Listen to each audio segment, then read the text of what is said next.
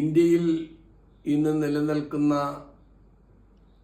രാഷ്ട്രീയ സങ്കുചിത താൽപ്പര്യങ്ങൾക്കെതിരെ ഉയർന്നു വരേണ്ട ഒരു രാഷ്ട്രീയമാണ് ഇടതുപക്ഷ രാഷ്ട്രീയം. ഇടതുപക്ഷ രാഷ്ട്രീയം മതവിശ്വാസികൾക്കെതിരല്ല, എന്നാൽ മതത്തിന് പ്രാധാന്യം നൽകുന്നതുമല്ല. മതത്തെ പ്രയോജനപ്പെടുത്തി സങ്കുചിതമായ താൽപ്പര്യങ്ങൾ നേടുന്നതിന് മതന്യൂനപക്ഷങ്ങളെയോ ഭൂരിപക്ഷങ്ങളെയോ പ്രീണിപ്പിച്ച നയത്തിൻ്റെ ഭാഗമായി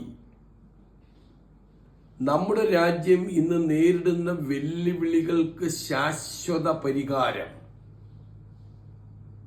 ഒരു ഇടതുപക്ഷ ജനാധിപത്യ മതേതര കക്ഷികളുടെ കൂട്ടായ്മ ഈ രാജ്യത്ത് ഉയർന്നു വരേണ്ടതുണ്ട്. കമ്മ്യൂണിസ്റ്റ് പ്രസ്ഥാനങ്ങൾ ഇന്ത്യ രാജ്യത്ത് ഇന്ന് ശോചനീയാവസ്ഥയിലാണ്. തെരഞ്ഞെടുപ്പ് രാഷ്ട്രീയത്തിലാണ്, സീറ്റുകളുടെ കാര്യത്തിലാണ്. എന്നാൽ ജനകീയ പ്രശ്നങ്ങളിൽ, ജനങ്ങളുടെ ജീവിതവുമായി ബന്ധപ്പെട്ട പ്രശ്നങ്ങളിലെല്ലാം ഇടതുപക്ഷ രാഷ്ട്രീയത്തിന് നല്ല സ്പേസ് ഉണ്ട്. അതിൽ വ്യത്യസ്തമാണ് നമ്മുടെ കേരളം. ഉയർന്ന സാക്ഷരതാ നിലവാരമുള്ള കേരളം, എല്ലാ രംഗത്തും സാമ്പത്തിക വളർച്ച കൈവരിച്ച കേരളം, സാമൂഹ്യ പ്രതിബദ്ധതയുള്ള ജനതയുള്ള കേരളം, സാക്ഷര കേരളം, കമ്മ്യൂണിസ്റ്റുകളെ ഉൾക്കൊള്ളുന്നു എന്ന് പറയുന്നത് കമ്മ്യൂണിസ്റ്റ് മൂല്യങ്ങൾ മനസ്സിലാക്കാൻ അവർക്ക് കഴിയുന്നു എന്നുള്ളതാണ്.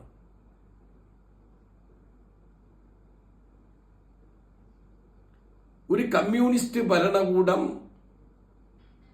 ആത്യന്തികമായി ചിന്തിക്കുന്നത് ഉള്ളവനും ഇല്ലാത്തവനും തമ്മിലുള്ള അന്തരം കുറച്ചു കൊണ്ടുവരുന്നതിനുള്ള പോരാട്ടമാണ്. പങ്കാളിത്ത മുതലാളിത്തത്തെയും കോർപ്പറേറ്റ് വൽക്കരണത്തിനെയും എതിർത്തുകൊണ്ട് PPP മോഡൽ ഒരു രാജ്യത്തിൻ്റെ, ഒരു സംസ്ഥാനത്തിൻ്റെ വളർച്ചയ്ക്ക് ആവശ്യമാണ് എന്ന കാലഘട്ടത്തിൻ്റെ ആവശ്യകതയെ മറന്നുകൊണ്ടല്ല, നേരെ മറിച്ച് പൂർണ്ണമായും തൊഴിലാളിയെ വിസ്മരിച്ചുകൊണ്ട്, പൂർണ്ണമായും മുതലാളിമാർക്ക് അടിമപ്പെട്ടുകൊണ്ട്, അവരുടെ പങ്കാളിത്തത്തോടെ കോർപ്പറേറ്റ് വൽക്കരണത്തിലൂടെ പൊതുമേഖലാ സ്ഥാപനങ്ങളെ ഇല്ലായ്മ ചെയ്തുകൊണ്ടുള്ള മുതലാളിത്ത രാജ്യങ്ങളുടെ വികസന രീതിയെയാണ് കമ്മ്യൂണിസ്റ്റുകളും ഇടതുപക്ഷ രാഷ്ട്രീയവും എതിർക്കുന്നത്. ഇപ്പോൾ ഉദാഹരണത്തിന് വിഴിഞ്ഞം തുറമുഖത്തെ കുറിച്ച് പറയുമ്പോൾ അദാനിയെ നാം ഉപയോഗിച്ചിട്ടുണ്ട്. അദാനിയും സംസ്ഥാന ഗവൺമെന്റും വൈബിലിറ്റി ഗ്യാപ് ഫണ്ടിന്റെ പേരിൽ കേന്ദ്ര ഗവൺമെന്റ് വിഹിതവും ചേർന്നാൽ അദാനിയുടെ വിഹിതം എത്ര ശതമാനമാണ്?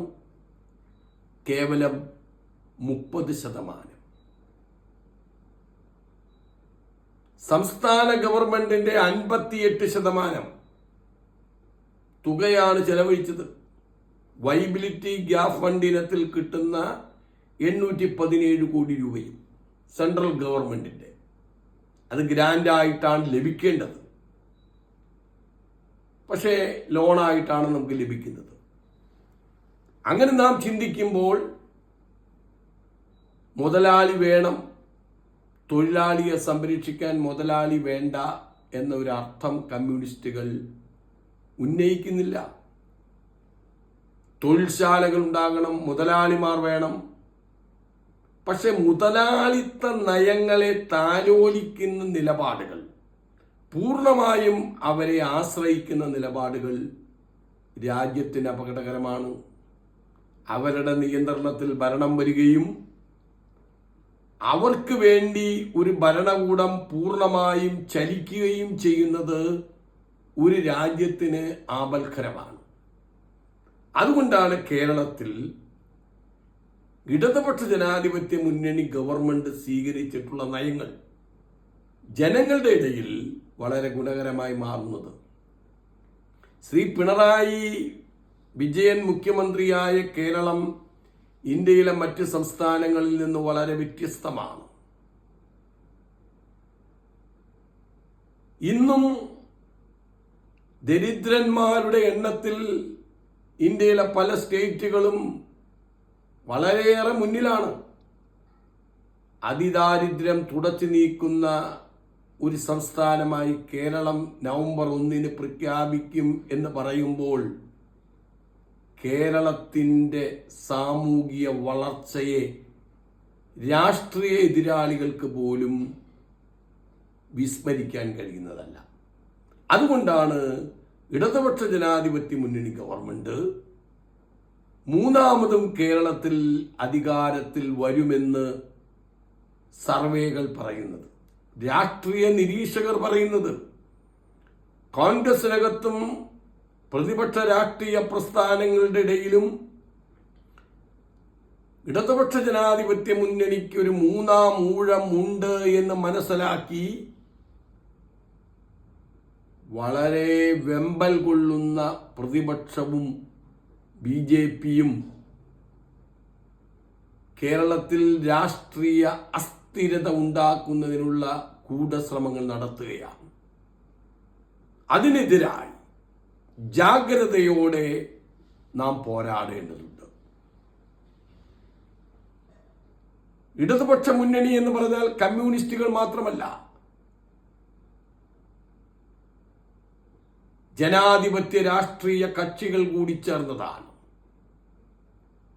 വലിപ്പ ചെറുപ്പങ്ങൾ നോക്കാതെ മുന്നണിയെ ഒരുമിച്ച് നിർത്തുന്നത് ആ മുന്നണിക്ക് നേതൃത്വം കൊടുക്കുന്ന ഏറ്റവും വലിയ പാർട്ടിയായ CPIM തന്നെയാണ്. ഉദാഹരണത്തിന് ഒരു MLA ഉള്ള ശ്രീ രാമചന്ദ്രൻ കടന്നപ്പള്ളിയെ പോലും കേരളത്തിന്റെ മന്ത്രിയാക്കിയത് CPIM ആണ്. ജയിക്കാൻ ആവശ്യമായ സഹായങ്ങൾ ചെയ്യുന്നത് CPIM ആണ്. ഓരോ മണ്ഡലത്തിലും മുന്നണി രാഷ്ട്രീയ സ്ഥാനാർത്ഥികളുടെ പ്രവർത്തനങ്ങൾക്ക് ചുക്കാൻ പിടിക്കുന്നത് CPIMന്റെ സഖാക്കളാണ്. അവരുടെ കഠിനാധ്വാനവും അവരുടെ പ്രവർത്തന ഫലവുമായാണ് കേരളത്തിലെ മുന്നണി രാഷ്ട്രീയം കെട്ടിപ്പടുത്തുന്നത്. ആ രാഷ്ട്രീയം ചെറുതും വലുതുമായ കമ്മ്യൂണിസ്റ്റുകാരല്ലാത്ത മതനിരപേക്ഷത താല്പര്യങ്ങൾ സംരക്ഷിക്കപ്പെടുന്ന മറ്റു ചിലർക്കും ഇന്ന് ഇടതുപക്ഷത്തോട് ചേർന്ന് നിൽക്കാൻ കഴിയുന്ന ഒരു രാഷ്ട്രീയ സാഹചര്യം കേരളത്തിലുണ്ട്. നമ്മുടെ ആഭ്യന്തര വളർച്ചയുടെ കാര്യത്തിലും അതുപോലെ കേരളം കൈവരിച്ച നേട്ടത്തിന്റെ കാര്യത്തിലും 2016 മുതൽ ഈ 9 വർഷക്കാലം കേരളത്തിലുണ്ടായിട്ടുള്ള വികസന പ്രവർത്തനങ്ങളുടെ കാര്യത്തിലും നാം പരിശോധിക്കപ്പെടുമ്പോൾ പല രംഗത്തും സ്വയം പര്യാപ്തതയിലേക്ക് കേരളം മുന്നോട്ട് പോവുകയാണ്. വിദ്യാഭ്യാസ രംഗത്തും ഉന്നത വിദ്യാഭ്യാസ രംഗത്തും വ്യാവസായിക രംഗത്തും നാഷണൽ ഹൈവേ ഉൾപ്പെടെയുള്ള വിഴിഞ്ഞം തുറമുഖം അടക്കം Kochi metro, Kochi water metro, കൊച്ചിയിൽ നിന്ന് ബാംഗ്ലൂർ ഉള്ള വ്യാവസായിക ഇടനാഴി അടക്കം ഒട്ടേറെ കാര്യങ്ങൾ കേരളത്തിന്റെ വികസന രംഗത്ത് മുന്നേറാൻ കഴിഞ്ഞു എന്ന യാഥാർത്ഥ്യം നാം വിസ്മരിക്കരുത്. ചില സാമ്പത്തിക പ്രതിസന്ധികൾ ബോധപൂർവം കേരളത്തിൽ സൃഷ്ടിക്കപ്പെടുന്നുണ്ട്. നമുക്കറിയാം കേന്ദ്ര ഗവൺമെന്റ് തരേണ്ട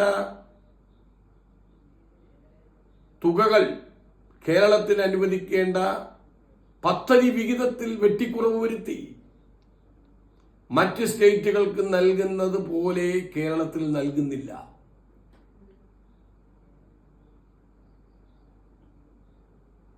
GDP-യുടെ 3.5% ലോൺ എടുക്കാമെന്ന വ്യവസ്ഥ എല്ലാ സംസ്ഥാനങ്ങൾക്കും നിലനിൽക്കുമ്പോൾ 3.5% ലോൺ എടുക്കാൻ കേരളത്തെ അനുവദിക്കുന്നില്ല. കിഫ്ബിയുടെ പേരിൽ വൻ വികസനം കേരളത്തിൽ നടത്തിയപ്പോൾ ആ തുക ലോൺ ഫണ്ടാക്കി ബഡ്ജറ്റ് വിഹിതത്തിൽ ഉൾപ്പെടുത്തുവാൻ കേന്ദ്രം ശ്രമിക്കുന്നു. കേരളത്തിലെ പാവപ്പെട്ടവർക്ക് പെൻഷൻ നൽകുന്ന തുകയും ഇതെല്ലാം കേരളത്തിന്റെ ബഡ്ജറ്റ് വിഹിതത്തിൽ ഉൾപ്പെടുത്തി കേരളത്തെ ധനപരമായി ഞെരുക്കി ഇന്ത്യയിലുള്ള ഏക കമ്മ്യൂണിസ്റ്റ് ഗവൺമെന്റ് അതിനെ തകർക്കാനുള്ള ആസൂത്രിതമായ നീക്കത്തെ രാഷ്ട്രീയ വിവേകത്തോടുകൂടി നാം എതിർക്കണം എന്നാണ് എനിക്ക് മുന്നോട്ട് വയ്ക്കുവാനുള്ള ആശയം.